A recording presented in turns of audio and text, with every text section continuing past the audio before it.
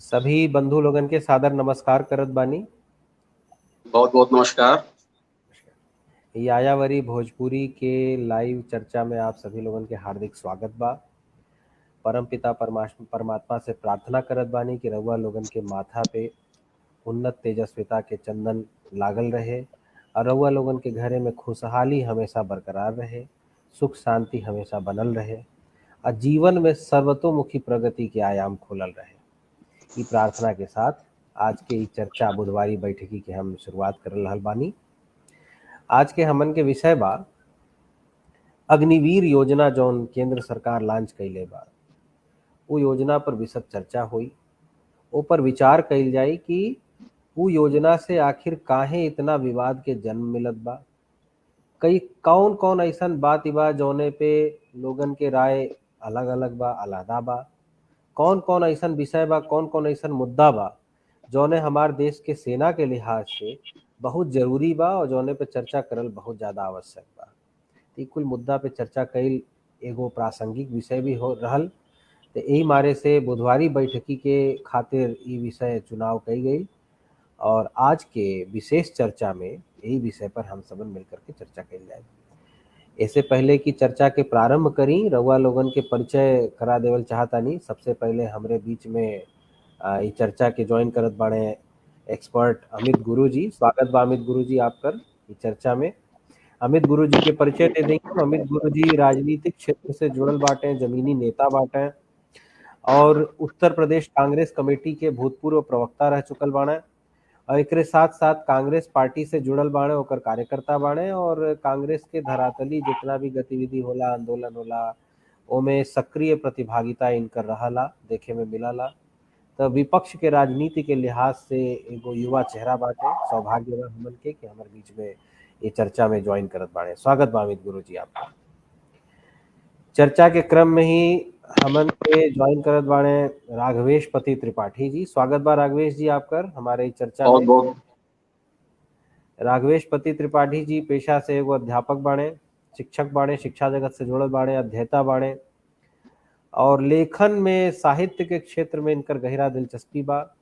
एकरे साथ साथ बहुरंगी साहित्य सृजन के जौन जौन विविध आयाम होला ओमे ही अपन प्रतिभा के प्रदर्शन कर चुकल बाड़े और इनकर कलम के माध्यम से भावुकता शब्द के अपन ठाह बनावे ले। तो स्वागत बा राघवेश पति त्रिपाठी जी। तो एगो राजनीतिक क्षेत्र से या एक जने बाटे हमरे बीच में शिक्षा जगत से। तो दोनों लोगन के विचार जानल जाई। पक्ष विपक्ष के बात नहीं खे, ये चर्चा पूरी तरीके से निष्पक्ष चर्चा होले, चाहे कि यायावरी भोजपुरी जंक्शन की ये विशेषता बा कि तथ्य पर चर्चा होले और तथ्य पर चर्चा करके एगो निष्कर्ष पर पहुंचल जाला। बाकी सभी लोग आजाद बा अपन अपन हिसाब से अपन अपन धारणा के निर्माण करे खातिर। ये लोकतंत्र बा, हमन लोग लोकतंत्र में रह जानी जा और लोकतंत्र के सबसे बढ़हन विशेषता ई बा कि लोकतंत्र में दुई लोग ए बात पे सहमत हो जाले कि वो लोग आपस में असहमत बाटे। तो ई जौन गुण होला लोकतंत्र के, ई सबसे बढ़हन गुण होला। असहमति में भी मतभेद के तो स्थान बा किंतु मतभेद के कोनो स्थान नहीं होखाला। काहे कि अंत में जीत तो वही के होई जौन भारतीयता के भावना दिल में लेके आगे बढ़ी। तो यही हमन के प्रमुख मुद्दा बा। तो शुरुआत करत बानी। सबसे पहले अमित गुरु जी आपसे हमारी सवाल बा कि केंद्र सरकार जौने दिन अग्निपथ योजना के नोटिफिकेशन जारी कैलस ओकरे अगले दिन देखे में ही आयल, खबर में ही आयल कि जगह जगह रेलवे स्टेशन फुकाए लगल, सार्वजनिक संपत्ति के नुकसान करे लगला लोग। एकरे साथ साथ बहुत सारे विरोध प्रदर्शन के ऐसा हिंसक रूप देखे में मिलल जौने कारण से बड़ा दुख भइल कि भाई ई कुल देश में का हुआ था। कौनो नौका योजना केंद्र सरकार लावे ले, कौनो नौका अगर योजना के नोटिफाई कइल जाला या नौका योजना पे बात कइल अभी शुरुआते होला तबले ही देश में हंगामा मचल शुरू हो जाला। तो ई कुल काहे ऐसे होता, आपके आपके का लगाता है एकरे पीछे मूल कारण का बा? का ई राजनीति से प्रभावित विरोध बा, सरकार के नीति दोष आपके लौकता?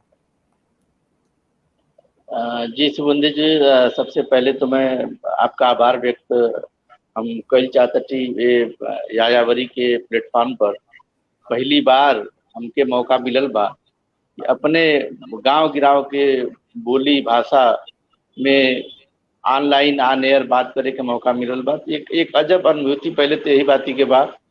और अब आपके जो सवाल रहल है और उस सवाल के अंदर बहुत सारे सवाल उठ गए। जैसे महत्वपूर्ण सवालों में से तो ये निकल के आई, हमारे देश में पहले तो हिंसा के कोनो जगह बा नहीं।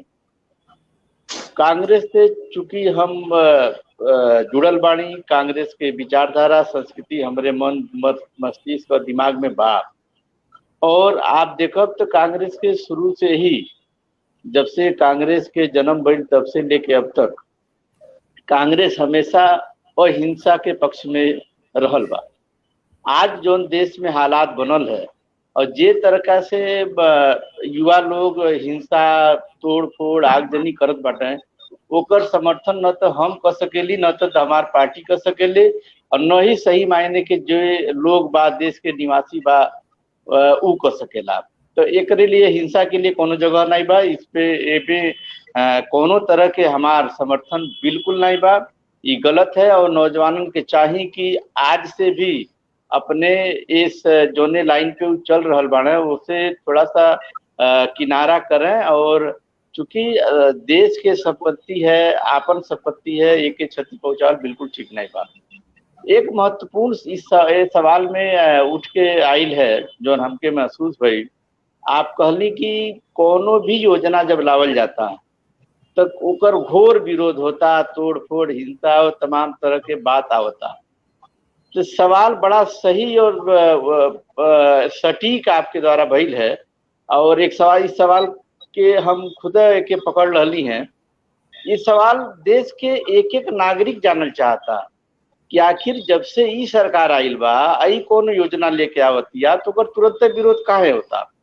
एक पहले भी देश में कई बार सरकार के गठन भइल बा, बहुत सारे प्रधानमंत्री भइलन, मंत्री भइलन, तमाम योजना के क्रियान्वयन भइल, चाहे देश स्तर के होखे या फिर प्रदेश स्तर के होखे। कभी बहुत कम ऐसा सुनल गई हुई जहाँ कोनो निर्णय से असहमति देश के लोग के रहल होखे। अब सवाल ये सरकार से बा कि ओकरे कोनो भी योजना के, चाहे वो नोटबंदी लेके अइले, चाहे वो जीएसटी के मामला लेके अइले, चाहे किसान आंदोलन पे जो शुरुआत भइल इनके बिल के लेके, किसान बिल के लेके ओकर बात कइल जा, चाहे आज अग्निवीर के मामला बा, और भी तमाम मुद्दा रहल जेकर इम्प्लीमेंट होते है। जैसे ही साकार कैले के प्रयास सरकार कैलस, दूसरे दिन से ही विरोध शुरू हो गई। अब देखिए, किसान आंदोलन और आज के अग्निवीर के जो हिंसा वाला आंदोलन बा, दोनों में थोड़ा फर्क बा और दो जमीनी फर्क बा, दोनों के थोड़ा सा समझने की जरूरत बा। सुबेंद्र जी, किसान आंदोलन जब भइल बड़ा शांतिपूर्ण रहल और वो शांतिपूर्ण आंदोलन के देश के सत्ता के जे समर्थक बा, चाहे सत्ता में बैठल जे नेता मंत्री अधिकारी जे ओकर सानिध्य में बा, उ सब ए शांतिपूर्ण आंदोलन के हिंसात्मक आंदोलन साबित कैले पर अड़ गई है। एमे खालिस्तानी बाणे, तेमे पाकिस्तानी बाणे, तेमे आतंकवादी बाणे, दुनिया भर के बात। उसके विपरीत, ओकरे विपरीत आज आप देखी जोन स्थिति लौकत बा देश में, नौजवानन के जो हिंसा वाला जो राह पे चलल बाणे, ये पहले दिन से जो राह अख्तियार कैले बाणे, देश के केहू पसंद नहीं कैले बा और पसंद करहू के भी नहीं चाहिए। लेकिन एक सवाल तो सबके दिल दिमाग में जरूर उठी कि आखिर सरकार कोनो योजना लावत या तो ओके, या तो अगर ओकरे समझ से बहरा बात सर्वदलीय बैठक कर ले, अपने विधायक मंत्री सबके लेके सोच समझ के करे। अब आप समझी, अग्निवीर योजना लेके तो सरकार आ गई, लेकिन जैसे ही सरकार लेके अग्निवीर योजना आई तैसे विरोध शुरू हो गई। और विरोध तो दूर रहे, विरोध से पहले ही जैसे ही सुगबुगाहट शुरू भई तैसे ही कई तरह के नया बदलाव सरकार अग्निवीर योजना में कर दिलस। जैसे उम्र के लेके आप देखी, 17.5 से 21 साल के इनकर मामला रहा कि 17.5 से 21 साल के नौजवानन के हम अग्निवीर बनाए, लेकिन विरोध के तत्काल बाद ही उम्र बढ़ के हुई 23। अब सेना के तीनों अंगन के प्रमुख आके बैठ के डिफाइन करता रहे के ओके समझावत अटे कि अब 2 साल हम बढ़ा दली कोरोना पीरियड के वजह से, मतलब साफ बा कि कहीं न कहीं से योजना के शुरू कैले से पहले ओकरे सारा पहलू पर ई सरकार और सरकार के लोग ध्यान नहीं देलक। और आज जो स्थिति जौन बनल बा, कहीं न कहीं से इसमें एमे सरकार और सरकार के जनतंत्र बा या फिर सेना के जो अधिकारी बा लोग जे कहीं लागू कैले के प्रयास कैलस, बड़ा जल्दबाजी में कैलस। आप यह कार जीएसटी में देख ले होकब, यह नोटबंदी में देख ले होकब, यह आप किसान बिल में देख ले होकब, अडानी के वेयर हाउस पहले ही बने लगल, बिल अइबा नहीं कैल। तो ये तरह के योजना से जरूर असहमति और असंतोष होई। अब बात नौजवानन के चुकी बा, नया खून है, नया रंग है।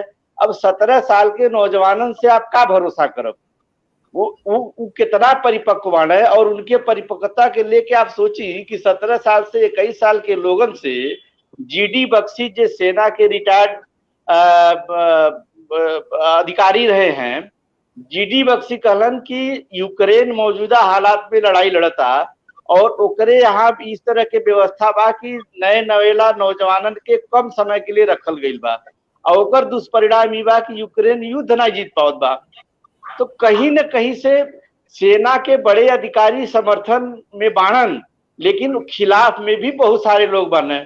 परमवीर चक्र विजेता तक के बयान आयल है कि इससे बड़ा दूरगामी जो नुकसान वाली बात पैदा हुई। कहीं न कहीं से सरकार के ऊपर ही सवाल उठा था कि सरकार आनंद फानंद में कोनो योजना लेके कहाँ आवत बने।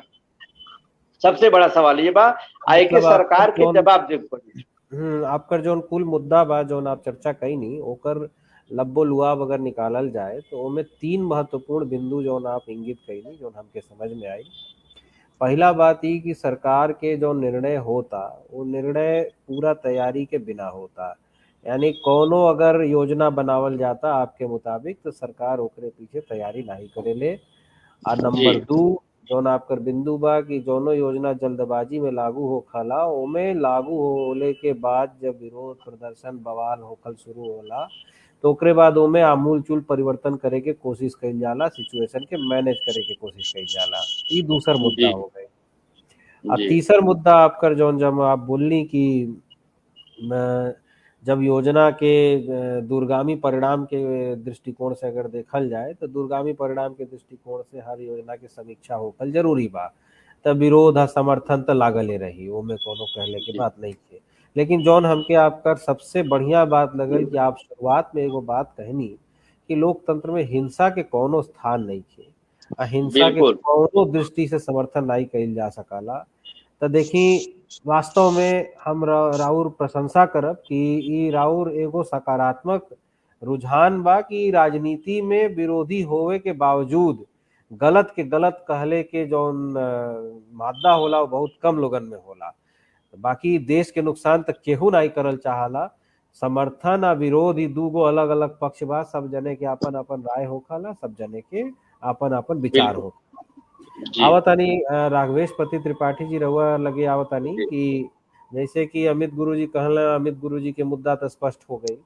अब एमे जब अमित गुरुजी बात करत रहला तो वही बीच में हमके ध्यान आ गई कि आज चाहे कल ही के खबर रहल है कि हमारे देश के राष्ट्रीय सुरक्षा सलाहकार जो बाटे अजीत डोभाल जी, वो प्रेस कॉन्फ्रेंस करके मीडिया के सामने कहला कि कौनो योजना जौन बा हमन के जल्दीबाजी में नहीं लागू कइल गइल बा।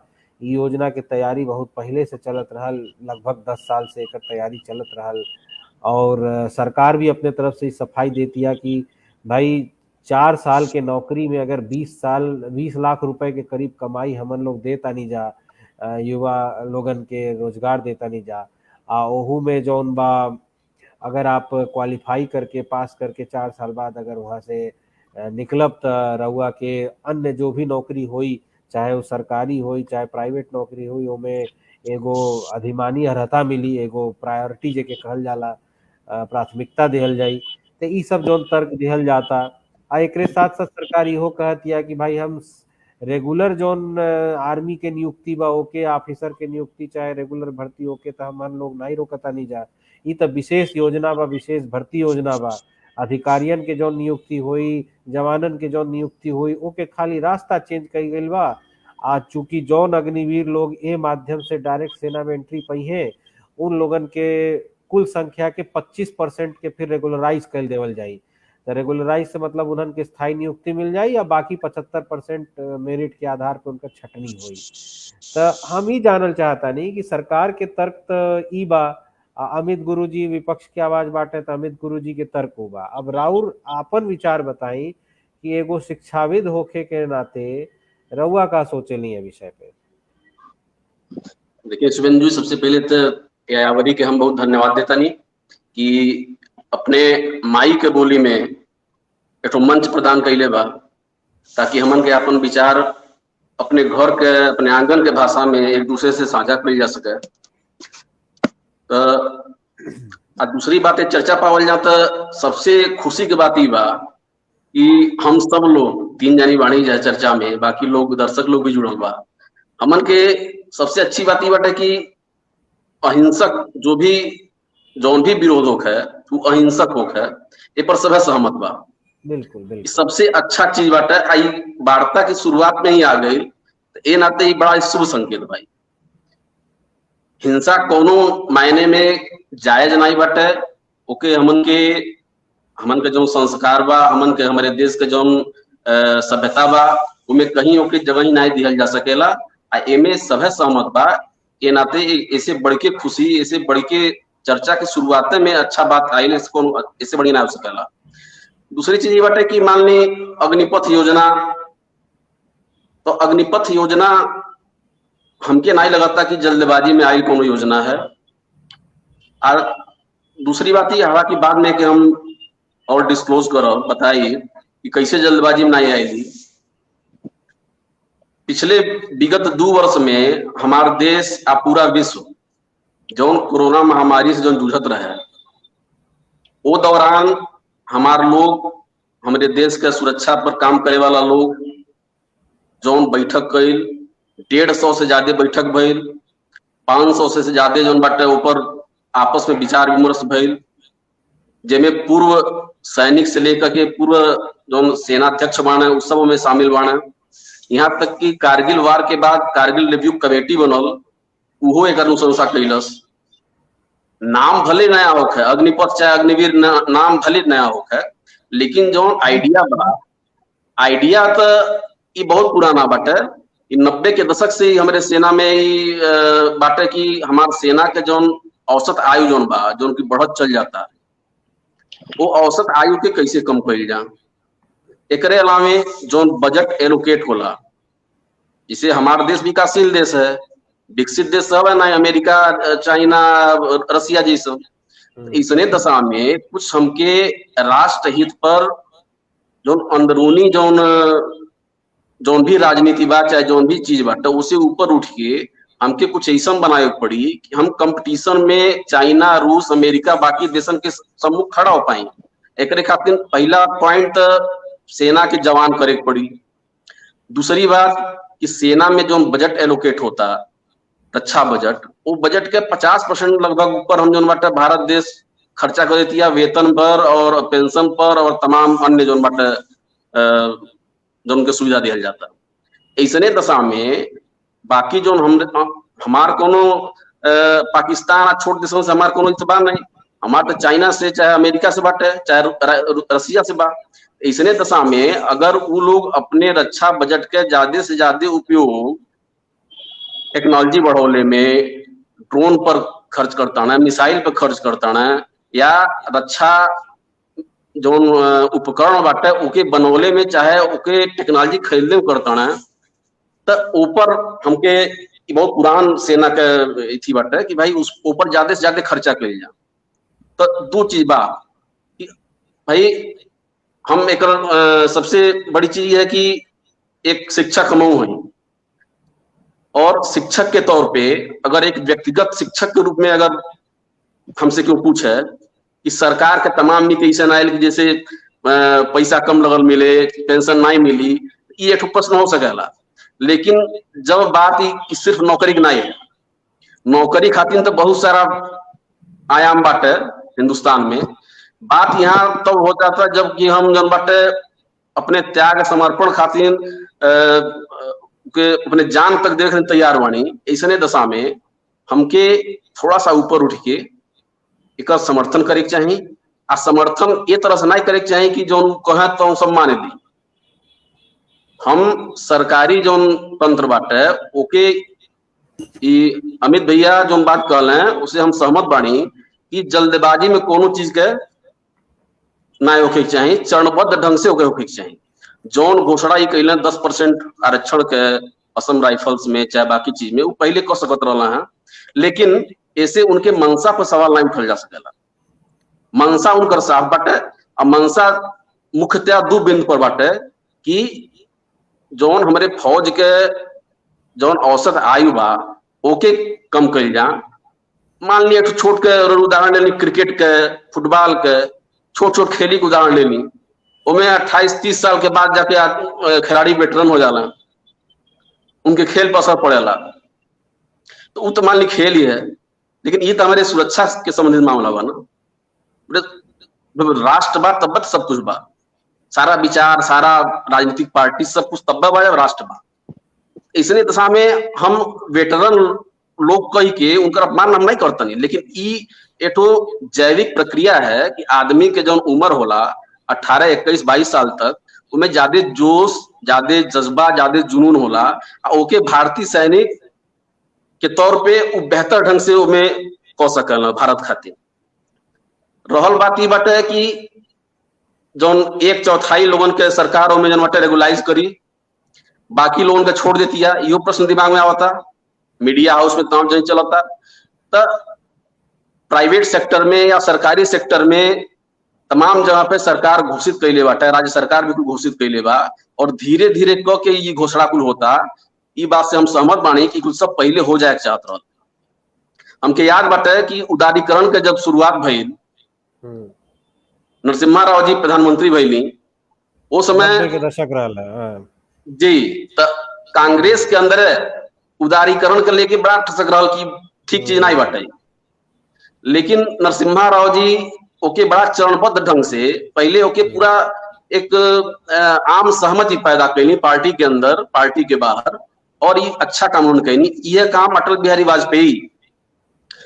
बिहारी वाजपेयी जब इराक युद्ध के समय जब ये भइल कि भाई अमेरिका दबाव डालस कि भारत के जो बाटे सहायता करे चाहिए अमेरिका के, तो ये भइल कि भाई भारत तो भाई विदेश नीति में नहीं है इराक के या खाड़ी देश के खिलाफ जाकर हम अमेरिका की सहायता करी। लेकिन वो विपक्षी नेता को उन्होंने बुला के वही लोगों से कहला कि भाई कोनो चीज तो सुना तो नहीं बाटे, देश में कुछ होता नहीं बा, आखिर हम कौन आधार पे कहीं अमेरिका से हमारे देश खिलाफ बा। तो उनका एक छोटा सा हिंट मिल गई लोगन के, आ देश में बवाल लगल होके ओकरे खिलाफ आदमी जो बाटे अटल जी कहली कि भाई चली हम जो बाटे सीधे नहीं कोई पाए, हम जो बाटे इनडायरेक्ट वे से करब। आ शुरू से हम नेहरू जी के ये नीति बाटे कि हम कौन ओर से नहीं रह भाई, हम तो निर्गुट सम्मेलन कहीं तो ले दे के झगड़ा ये बाती कि नहीं बाकी हम नीक की दौरे नहीं। ई कुल आवत जात रही, सरकार आवत जात रही, प्रधानमंत्री लोग आवत जात रही। मुख्य चीज बाटे जिसे उदारीकरण एक बहुत बड़ा चीज रहल, ओकर बड़ा विरोध भइल। एक अलावा हमके याद पड़ता कि डंकन प्रस्ताव जब आयल रहे, ओकर बड़ा विरोध भइल, सत्ता पक्ष में भी विपक्ष के भी लोग कइल। तो तत्कालिक राजनीतिक मजबूरी होला, तत्कालिक लोगन के बहुत सारा लोग अज्ञान में भी करेला। जैसे मान ली बहुत सारा देखे कि मिलल लड़का को पत्थर चलावा था ना, पत्रकार पूछना बाबू काहे पत्थर चलावा था, तो भैया कहले रहना चले के बाद पत्थर चलावे। तो यह जो अज्ञान जो फैलता ये देश में बड़ा खतरनाक बा। अब चाहे एक जिम्मेदार सरकार होखे, चाहे विपक्षी पार्टी होखे, चाहे देश के आम नागरिक प्रबुद्धजन होखे, इनमें सबके चिंतित होकर पड़ी। अमित भैया जो बात कहली कि इस सरकार के अइले के बाद से इनके तमाम आए वाली योजना के लगातार उग्र विरोध काहे तरह से होता, तो एकरे पीछे जाए पड़ी। ये बहुत महत्वपूर्ण बात वहां कहनी। कहीं न कहीं विरोध जेके आजकल मीडिया में और तमाम लोग कहला भक्त, तो भक्त के जो गठन भइल वो 2014 के बाद भइल। तो त्वरित माने बहुत ज्यादा समर्थन और बहुत ज्यादा विरोध, ये दोनों हुआ। इसके पीछे भी जाने की जरूरत है, और हम घूम फिर बाकी उन चीजों पर नहीं जाएंगे। हम सिर्फ अग्निपथ की योजना के बारे में बात करेंगे। तो हम इतना सिर्फ कहेंगे कि जहां तक मेरा जो सरोकार है मैं चाहूंगा कि इस अग्निपथ योजना में जो भी खामियां हैं उस पे मिल बैठ के विपक्ष हो या सत्ता पक्ष हो या देश के पुराने जो सामरिक जो रणनीतिज्ञ हैं वो मिल के सरकार को सुझावें, सरकार भी इस पर अमल करे और धीरे धीरे आ रही है। जैसे कि 21 साल से 23 साल उन्होंने किया, उनको लगा कि भाई 2 साल हमारे बच्चे जो है चुपचाप बैठे रहे कोरोना काल में, या बाकी जो धीरे धीरे जो घोषणाएं कर रहे हैं, तो इसका मतलब ये नहीं कि हम जो है बिल्कुल विरोध के लिए ही विरोध कर रहे हैं कि नहीं अब इनको पीछे वापस जाना ही पड़ेगा। ये शुरू से गलत कर रहे हैं और गलत करते जा रहे हैं और गलत करेंगे, इसलिए हम इनको पीछे खदेड़ेंगे, ऐसा नहीं है। नहीं रहुआ बात एकदम सही बा, एकदम सही बात रहुआ कहता नहीं। एमे हम एगो बात जोड़ल चाहत आके आपके रोकब एगो बात जोड़ल चाहत रहली कि एगो होला जैसे योजना बनेले, योजना के लागू कइल जाला और योजना के लागू कइला के बाद जब चुनौती सामने दिखाला तो ओकरे हिसाब से फिर रणनीति बनला और हर राजनीतिक पार्टी के अपन एजेंडा होला, वो एजेंडा के मुताबिक वो सरकार चलावेला लोग और वही के हिसाब से अधिकारी तंत्र के साथ मिल करके निर्णय लिहल जाला और फिर निर्णय पर व्यवस्था के कार्यान्वयन कइल जाला। ई हमरे देश के संवैधानिक व्यवस्था बा, जौने से कौनो सरकार आई तो वो ऐसे ही करी, ओकर मजबूरी बा, वो अपने हिसाब से नहीं डील कर सकी। तो ई तो एगो अलग विषय हो गई, ए पे तो हम तीनों लोग सहमत बानी जा, एमे कोनो बात कहले के ही नहीं थे। सबसे जो बड़ा अच्छा बात हमके ई लगल कि इतना शांतिप्रद वातावरण में बिना चिल्ला चिल्ली के तथ्य पर, मुद्दा पर, बिंदु पर केंद्रित जौन बात हमन लोग करत नहीं जा, ऐसन सार्थक चर्चा जैसे राउर रुझान पक्ष के बा, अमित जी के रुझान जौन बा वो विपक्ष के बा, ओकरे बावजूद भी जौन मुद्दा पे चर्चा होता वो बड़ा शांति से, बड़ा प्रेमपूर्ण वातावरण में होता। ये अपने आप में एगो प्रशंसनीय पहल बा। ई कुल हमने के माटी के संस्कार बा कि ऐसन प्लेटफॉर्म पे इतना प्रेम पूर्वक व्यवस्था बन सकाला। नहीं तो नेशनल मीडिया तो एकदम गर्द मचा डलले बा, एकदम ऐसन गंद फैला डलले बाड़ा लोग कि वो चर्चा न सुने के मन कराला न देखे के मन कराला। अब यहाँ जौन बातचीत होता वो शांतिपूर्ण तरीका से होता तो एगो निष्कर्ष के दिशा में जाता और लोगन के भी समझ में आवता, लोगन के कमेंट भी आवता, उनमें सवालों आवता, तरह तरह से लोग भी रुचि लेता है कि भाई ई चर्चा के अगर ए पक्ष होई तो ए पर का विचार बा, ऊ पक्ष होई तो ऊपर का विचार बा। यानी दक्षिण उत्तर पूरब पश्चिम चतुर्दिक जौन विचार हमन लोग करत आनी जा वही पे चर्चा होता है। हमके जौन मोटा मोटी बात समझ में आई अभी तक कि युवा लोगन से जौन बात कहनी, हम फील्ड में कई लोगन से पर राय लेली, व्यवहार में कई लोगन से बतियौली और जाने की कोशिश कैली कि अगर जो जो लोग विरोध में बांटे लोग, स्पेशली जो हमारे युवा शक्ति जितना लोग बाड़ा लोग, उन लोगों के विरोध कैला के प्रमुख कारण का बा, तो प्रमुख कारण जो निकल के आयल बा 4 साल के नौकरी। उन लोगन के ई लगत बा कि उनके नौकरी के स्थायित्व तो नहीं खे और 4 साल नौकरी कैला के बाद फिर उनकर भविष्य का होई, ये सवाल के संतोषजनक जवाब नहीं मिलत बा। भाई नौकरी से निकलने के बाद, नौकरी 4 साल के बाद तो छोड़े ही के पड़ी, रिटायरमेंट तो होबे करी, ओमे कोनो संशय नहीं के 75% कटौती होई। लेकिन जो बड़ा मुद्दा बा, बड़ा मुद्दा ई बा कि 4 साल के बाद जब अग्निपथ योजना के जौन लाभार्थी रही वो योजना से फिर बाहर जाई और जब ओकर सेवा समाप्त हुई और वो अग्निवीर बन करके समाज में वापस जाई, तब फिर ओकर जिंदगी जौन बा शून्य से प्रारंभ हुई। उनके ई लगा था, उनके ई डर बा।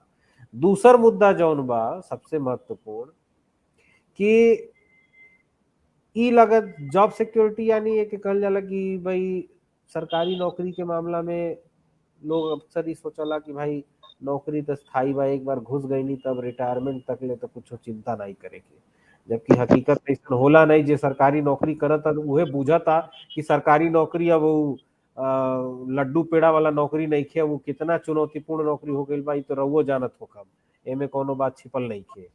लेकिन ई जोन मुद्दा बा स्थायित्व वाला मुद्दा, ए पर का मत बा?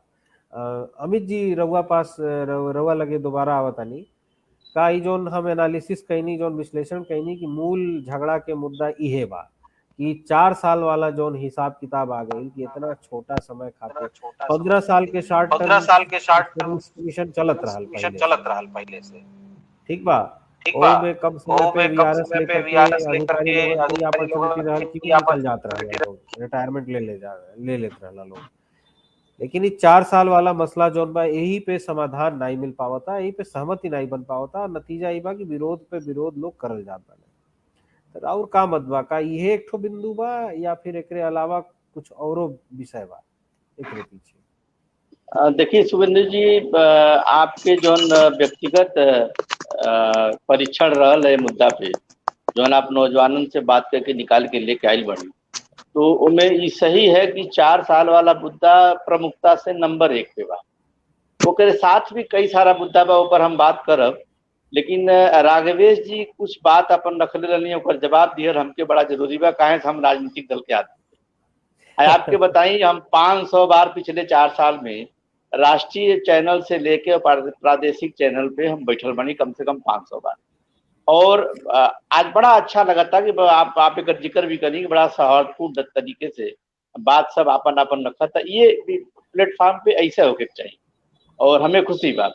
2-3 बात राघवेश जी कहली, जैसे एक बात वहां कहली कि आनन फानन में सरकार कोनो निर्णय नहीं लेगा।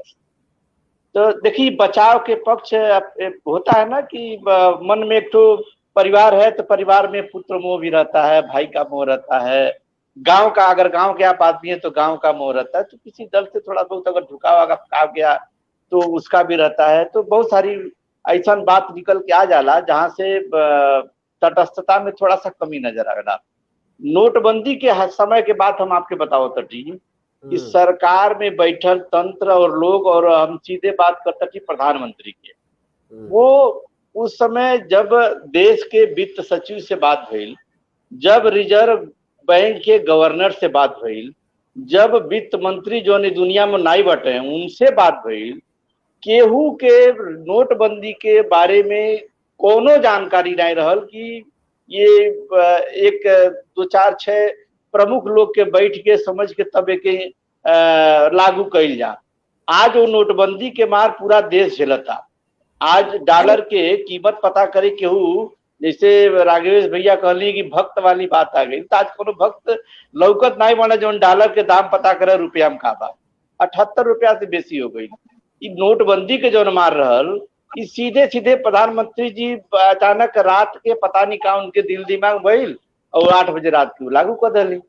आज देखी जीएसटी में कम से कम 500 बार संशोधन सरकार कैलस। अग्निवीर के मामला में दूसरे दिन ही उम्र वाली बात आ गई और तुरंत ओके कर दिल है। 4 साल वाली जो बात आपको, तो राघवेश जी के बात के हमारे जवाब रहल कि ये मान के चलिए आप की सरकार बिना सोचले समझले ही सारा काम, अब व्यक्तिगत एक व्यक्ति केवल निर्णय लेते रहल बने। हम बड़ा आपके मंच से कहल चाहती कि इस देश में सिर्फ एक व्यक्ति व्यक्तिगत निर्णय लेके आगे बढ़ता ना, जो देश खातिर बहुत बड़ा खतरा बा। और खतरा जो होला वो आने वाला समय में पता लगेला। उदारवाद के बात भइल है, निर्गुट सम्मेलन के बात भइल है, तो आज ऊपर चर्चा होता ना। आज चाहे मंडल कमीशन रह होके और चाहे बात भइल है डंकल प्रस्ताव के, आज ऊपर चर्चा होता तो में सब कुछ सफल नहीं रहल। मंडल कमीशन सफल नहीं रहल, डंकल प्रस्ताव के अगर विरोध भइल तो वो सफल नहीं रहल। आज ओकर खामी पे बात होला। आज 10% सवर्ण आरक्षण दियाइल बा, तो ओकरियो अंदर बहुत खामी बा, एक समझे के पड़ी। आज असम राइफल में 10% आरक्षण लाके आप बताइए, आज महिंद्रा, आनंद महिंद्रा निकल के बहरे आ गई, कहल हम सबके नौकरी देव जे बाहर आई।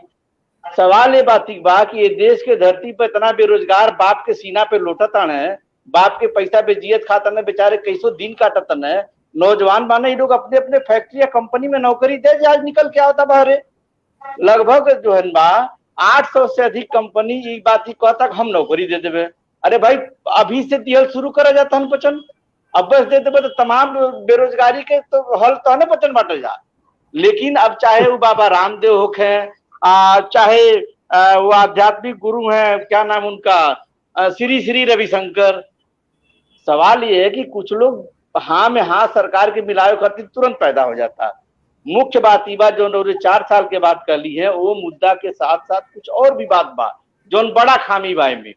एक तो 4 साल के बाद जो नौजवानन के कैंटीन के सुविधा नहीं मिली, 4 साल के सेवा के बाद उनके मेडिकल के एक रत्ती भर भी सुविधा उनके नहीं मिले के बाद, साथे साथ जो उनका रैंक बा, रैंक तो मिली लेकिन जो बिल्ला फित्ती सब होला उनके सेना वाला नहीं मिली। एक अलावा आपके महत्वपूर्ण बात हम बता देता नहीं, आम सैनिकन के 90 दिन के छुट्टी मिला था साल भर में, और ये अग्निवीरन के मिली खाली 30 दिन। तो कहीं से भी अग्निवीरन के गटई दबा दिले के जो काम बा वो सरकार छोड़ लेना ही बा। अब महत्वपूर्ण बात यह बा कि अगर विरोध अगर होता तो काहे न होखे, सवाल ही बात बा 4 साल 23 साल की उम्र में हमन के तो पूर्वांचल के बोली भाषा माटी के मनई है ही, 24-25 साल में अपने अपने घर के नौजवान के बियाह तय होता। जब बियाह करे जाई बेचारा नौजवान होके जाई, ये हमार बयान हास्यास्पद लग सकेला, लेकिन ओकर पीड़ा ही बहुत बड़ा बा कि भरी नौजवानी में वो बेरोजगार होके दोबारा रोजगार तलाशने के दौर में बियाह करता। अब एक बात आपके बता दी, मौजूदा समय में सेना में जो सैनिक रिटायर होता है 1 से 1.5% लोग ही दोबारा जा पावत है। ये आंकड़ा से हम आपके बात करते नहीं, 1 से 1.5% सेवानिवृत्त सैनिक ही दोबारा नौकरी में आ रहा है। अब ई जोन इनकर योजना बा एमे कहीं ई लिख के दस्तावेज नहीं देता टन कि तू 4 साल बाद अगर नौजवान अगर बाहर होता सेना से तो ओके रोजगार हर हाल में मिली, एक लिखित रूप से भी ई सरकार अपने योजना में नहीं रख ले बा।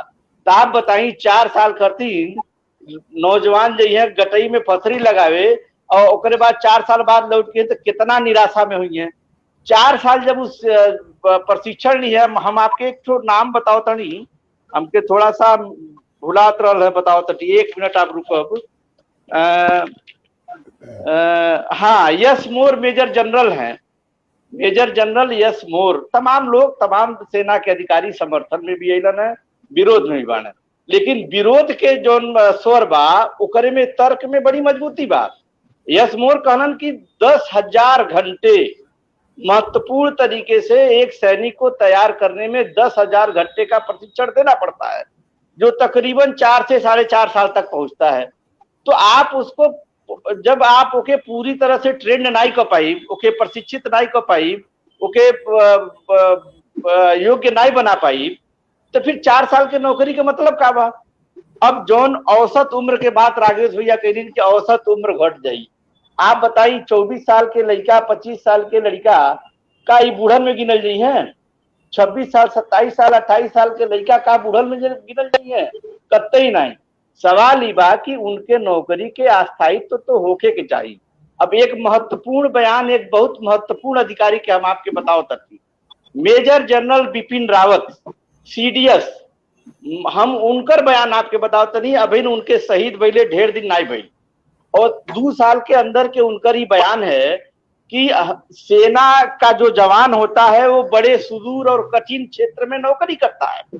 वो सियाचिन में जाके सियाचिन के ग्लेशियर में नौकरी करता टन, हिमालय के चोटी पे नौकरी करता टन, पूरा समय उनकर वही निकल जाता बा। तो ऐसे लोग के बहुत जल्दी रिटायर नहीं करके कम से कम उनके 58 साल तक के रोजगार की व्यवस्था सेना में करी जा। अधिकारियों के पक्ष में भी कहलन कि अधिकारी के भी कम से कम 59 साल और हमन जैसे रैंक के अधिकारी के 60 साल तक के सेवा होकर चाहिए। यही जनरल BK सिंह बाड़न जो ने सरकार में मंत्री बाड़े, 4 महीना उनकर सेवा और रहल, 4 से 6 महीना के आसपास, अगर कहीं कुछ हमसे गलती हो तो 4 से 6 महीना के और सेवा बचल रहल और डेट ऑफ बर्थ के हिसाब से तो रिटायर रहल। अपने 6 महीना के सेवा के बचावे खातिर 6 महीने के रोजगार करती जनरल BK सिंह के सुप्रीम कोर्ट तक जाए पड़ल। आज देश की स्थिति बा, अभी ज्यादा दिन नहीं होता, यही साल अप्रैल महीना की बात है, उत्तर प्रदेश के और बिहार, उत्तर प्रदेश की बात कर, उत्तर प्रदेश को सुप्रीम कोर्ट ने बाकायदे सुप्रीम कोर्ट ने कहा है कि आपके यहाँ जो खाली पद लगभग 1.5 लाख सिपाहियों के हैं वो आप कैसे भरेंगे। 2017 में सुप्रीम कोर्ट ने उत्तर प्रदेश और बिहार दोनों सरकार के आगाह करके कहलस कि तार भर्ती प्रक्रिया पुलिस के सिपाही के का बा, अगर वो जगह खाली बा तो काहे नहीं भरल जाता। सवाल ये बात के बा कि इनके पास जगह भी बा, रिक्त जगह पर्याप्त बा, तू ओके भरत नहीं बाड़ा। अभी देखी कई साल तक सेना की तैयारी करने के बाद बहुत सारे जवान सेना में सेलेक्ट हो गईलन, परीक्षा पास कैलन, मेडिकल पास कैलन, अब उनके भर्ती के टाइम आयल रहल, ओकरे ऊपर देखे वाला क्यों नहीं बा। अब वो फिर से ही है अग्निवीर के फार्म भरी हैं, अब आप समझी के तरह के कितना तेजी बा सरकार में। और इनके विजय वर्गीय, कैलाश विजय वर्गीय, आप उनके बखूबी जानत होकर, बहुत बढ़िया बयान दे वाला नेता हमें, पता नहीं लोग काहे तरह के बयान देला। वो तैयारी ही करता था कि हमरे ऑफिस में बीजेपी के कार्यालय में अगर सिक्योरिटी गार्ड रखे के बाद हम पहले अग्निवीर के रखब। आप ही नहीं बयान ठीक सुन बात। ले। और इतने नहीं आपके अब बता एकर दी जवाब ले किशन, लेवल जाए, पर जवाब ले लेवल जाए। एक एक एक एक एक अच्छा आधा ठीक मिनट ठीक लूंगा। ठीक ठीक किशन रेड्डी संस्कृति मंत्री है, किशन रेड्डी, उनका बयान आया 4 साल में, चूंकि जो अग्निवीर के जो मामला बा, इनमें कई तरह के सेवा बा, चाहे क्लर्क हो, चाहे स्टोर कीपर हो, चाहे जनरल ड्यूटी हो, चाहे टेक्निकल हो, सब करी भर्ती करत है। तो उमें रेड्डी के कहली बा कि कपड़ा प्रेस कईल, धुलाई कईल, गाड़ी चलावल, ये सब सिखा दिया जाए तो लोग जगह जगह नौकरी करी। अब आप समझी कि जौने सरकार के मानसिकता अब्बे से बा, तो वो सैनिकन खातिर क्या सोची है। कौशल मिशन जो इनका था, कौशल मिशन में भी क्या कहते हैं, सिक्योरिटी गार्डन के तैयार कैले के व्यवस्था बनौले रहन, लगभग 110 घंटा के ट्रेनिंग देके। आज तक ही सरकार नहीं बता पुलस कि वो जो सिक्योरिटी गार्ड बाने कहाँ बाने, कितना पैदा भइले, कितना नियुक्त भइले। कहले के मतलब ई बा कि ये देश के उद्योगपतियन खातिर जितना आसान तरीका उनके दे दिहल जा, ताकि अब अडानी देश के वर्ल्ड के 5 नंबर में पहुंचल बाड़े हैं, अंबानी भी पीछे से पहुंच जा, पीछे से वो क्या नाम है रामदेव भी पहुंच जाए। अब आप समझी कि देश के 50% अर्थव्यवस्था के हिस्सा जौन बा, गिनल चुनल 50 उद्योगपतियन के हाथे में बा। आगे हमारे देश के व्यवस्था का बड़ी बड़ा दुर्गत के मामला बा। ई कुल मुद्दा जो आप उठाओ तानी, वो मुद्दा पॉइंट के मुद्दा रहल है, ठीक बा, बिल्कुल। जी जी जी अपन अपना हिसाब से आप बिल्कुल ठीक कहनी। और सबसे बड़ी बात बा कि आप तर्क और तथ्य के साथ बात कहनी। अब ओमे जौन चूंकि सरकार के केहू प्रतिनिधि नाई बा, और जौन जौन आरोप आपके तरफ से लगावल जी जाता, जी तो ऊपर सरकार के भी जौन स्टैंड बा, वो हम चाहता नहीं कि दर्शक लोगन के सूचित कर दें कि सरकार के ऑफिशियल स्टैंड ऊपर का आवता, आप पार्टी के लोगन के भी का राय मशविरा आवता। ओकरे बाद आपसे आपसे एक शुभेंदु जी, आधे मिनट में एक बात हम खत्म करब। आपसे निवेदन बा एक ठो कि हम पिछले जब से अग्निवीर की योजना आयल बा, हम बहुत निहारत रहत बानी एक योजना के बारे में, रोज पढ़े नहीं समझे नहीं। आप एक काम करब, सैकड़ों 200-400 आप कुछ लड़कन के पीछे गैलो बाड़ी, नौजवानन के जो पुलिस भर्ती चाहे सेना भर्ती के तैयारी करत आना है। जैसे राघवेश जी बाणी पक्ष में बात रखत अड़ी, हम बाड़ी विपक्ष में बात करत नहीं, आप तटस्थ बाणी, हम दोनों जानी के जज बाणी। एक कोशिश आप करी वो नौजवानन से जेकर वो असल दर्द बा, वो दर्द अमित गुरु के नाई बा, वो राघवेश त्रिपाठी या शुभेंदु सत्यदेव के नाई बा, वो दर्द जेके वो मौका हासिल करे बा, ओके बा, तनी उनके लगे जाई। अब देखी 100 में से पक्ष में बोले वाला कैठ लड़के मिलता है, अब विपक्ष में कैठ हो। और जब उनका डिबेट रौरे कराई, तो ये बता दे कि हम पक्ष वाला जब खोजली तो 500 में से एक लड़का मिलल, और जब विपक्ष के बात करी तो सारा लड़के विपक्ष में रहलन।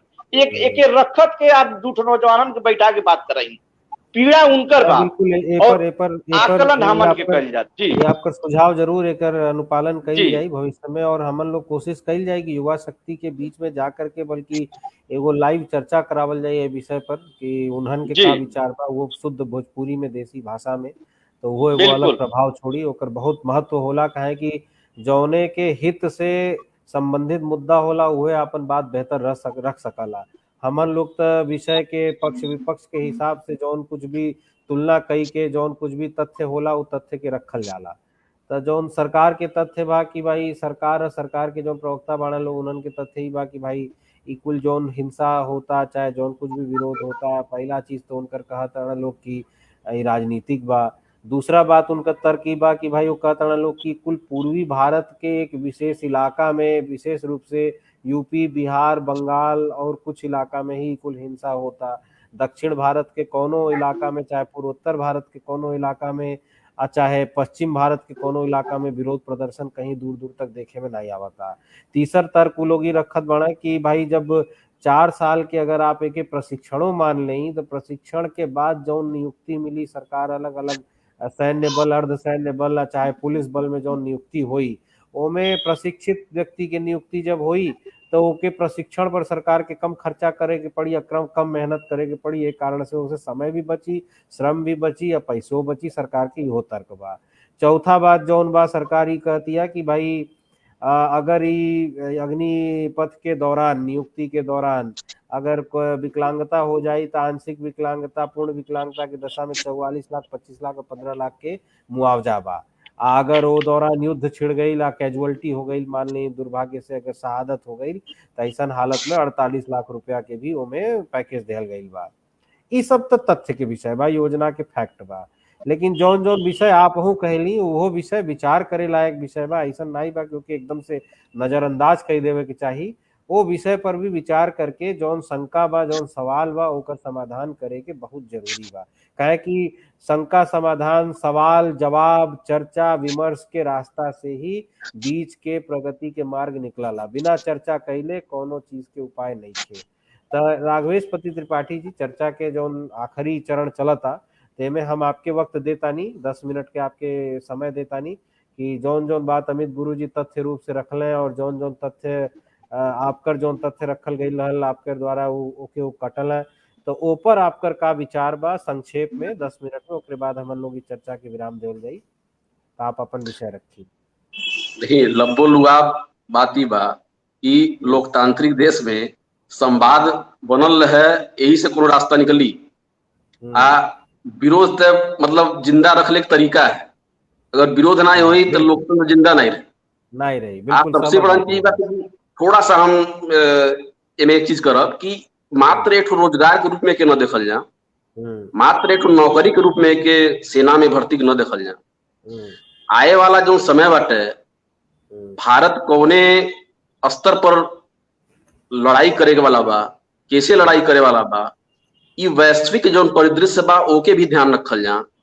हमरे युवा लोगन खातिर भाई अग्निपथ में, अग्निवीर योजना में 25% लोन के रेगुलाइज कइल जाई, 75% जो हुई ओके इंटर का सर्टिफिकेट मिली, ओके प्राइवेट सेक्टर में, सरकारी सेक्टर में जाए, ई सब कुल बा। अस्थायित्व नहीं बटे, तो अस्थायित्व नहीं बटे एकरे खातिर कमीशन अधिकारी तमाम ओमे पद बाटे, ओकरे खातिर जो डेली जो चलत रहेला रेगुलर जो भर्ती प्रक्रिया बा उ चलता। देश में बहुत सारा ऐसा प्रक्रिया बाटे रोजगार पावे खातिर जेमे आदमी जा सकेला।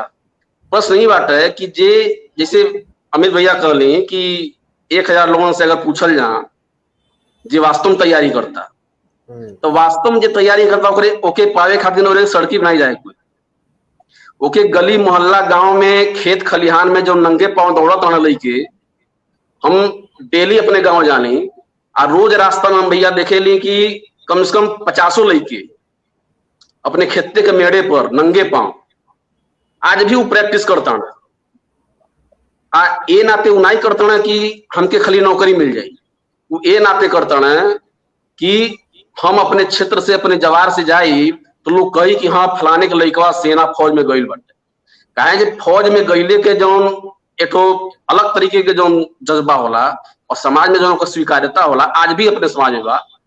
हमन के तराई बेल्ट में मानी जा, पूर्वांचल एरिया में मानी जा, एक मान्य धारणा है कि बड़ा पिछड़ा एरिया है, लेकिन हमारे पटीदारी में बहुत पहले एयरफोर्स में हमारे बड़े भाई साहब भइल टुन्ना भैया, तो वो समय जब भइल तो देखे लोग आवे, ये नाते नहीं आवे कि बहुत ढेर पैसा पाओ, ये नाते आवे कि देश के रक्षा, देश का असली हीरो हो।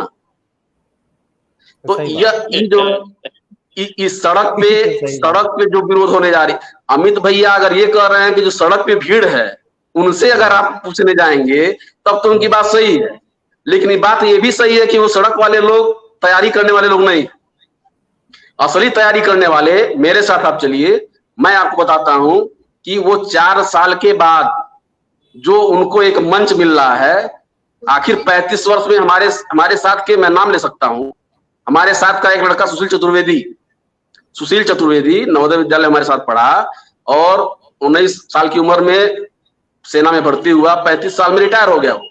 राघवेश जी 35 साल में रिटायर होने के बाद वो बैंक में नौकरी कर रहा है।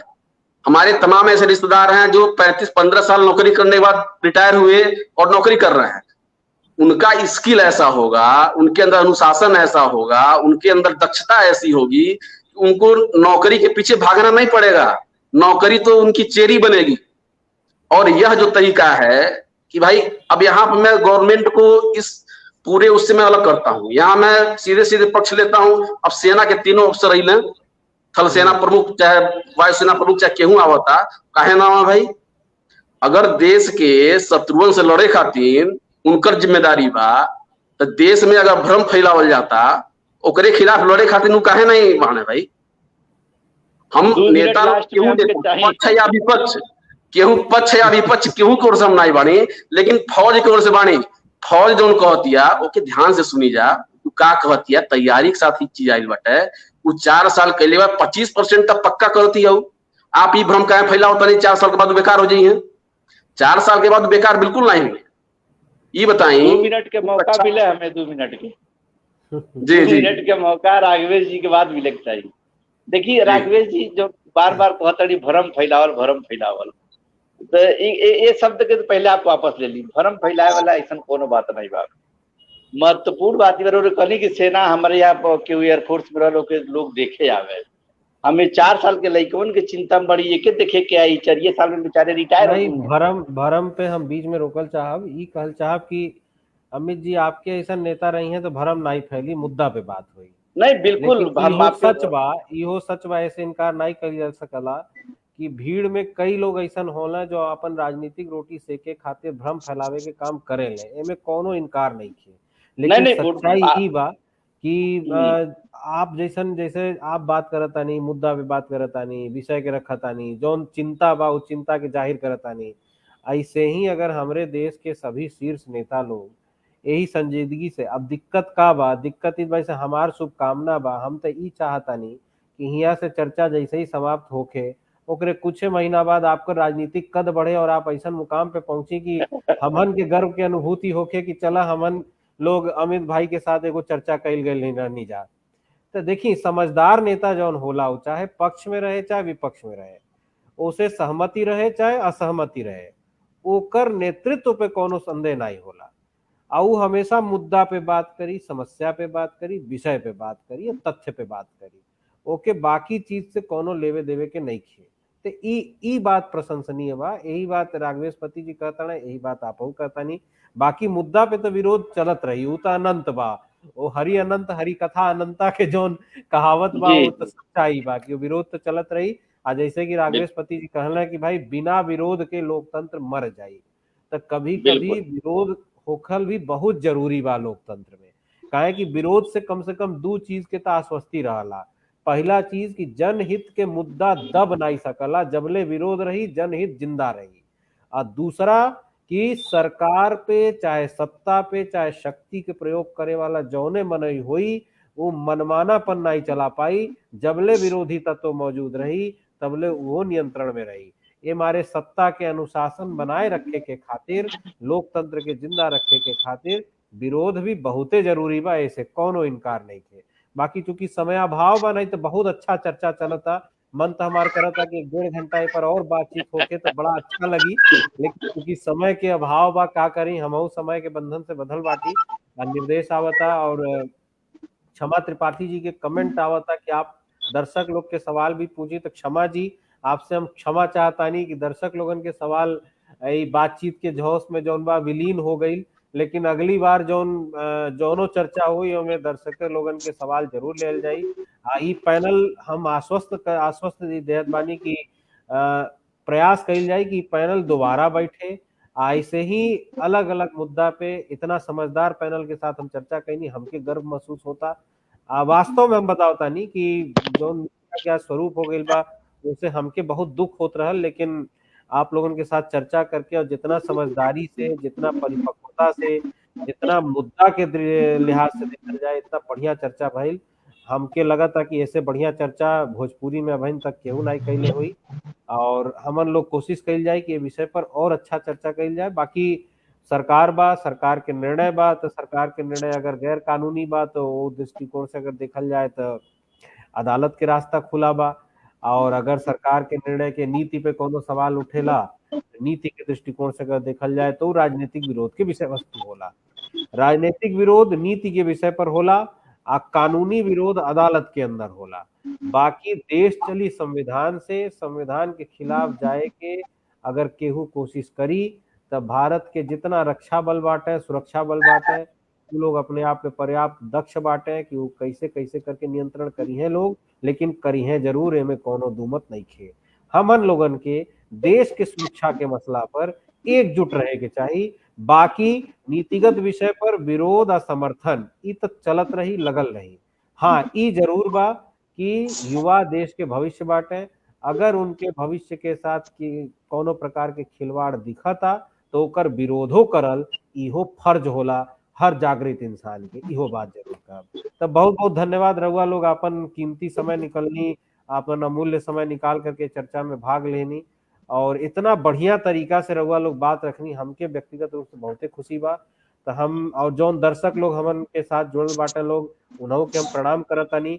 और आप लोगन के द्वारा जौन सवाल आई तो अगले चर्चा में उस सवाल के भी शामिल कइल जाई, पक्का शामिल कइल जाई, ये हम वादा करतानी। बाकी देश समाज के विषय में जौने बुद्धिजीवी चिंतन नाई करला, वो बुद्धिजीवी के जिंदा लाश कहल जाला। तो बुद्धिजीवी बनी, जिंदा लाश ना बनी, चर्चा करी, विषय के समझी, तथ्य पर मंथन करी, आ ओकरे बाद सत्य के निष्कर्ष निकाली। तो ऐसे का होई, समाज के भी भला होई, व्यवस्था के भी भला होई, आवे वाला भविष्य भी सुंदर होई।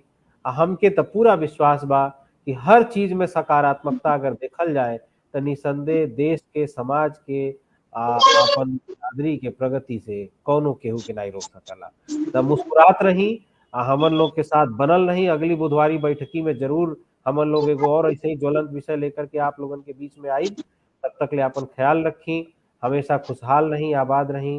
रउआ लोगन के जीवन में, रउआ लोगन के परिवार में सुख, समृद्धि, आनंद, वैभव के वर्षा होत रहे, इस शुभकामना के साथ बहुत बहुत धन्यवाद। नमस्कार। धन्यवाद। धन्यवाद। धन्यवाद।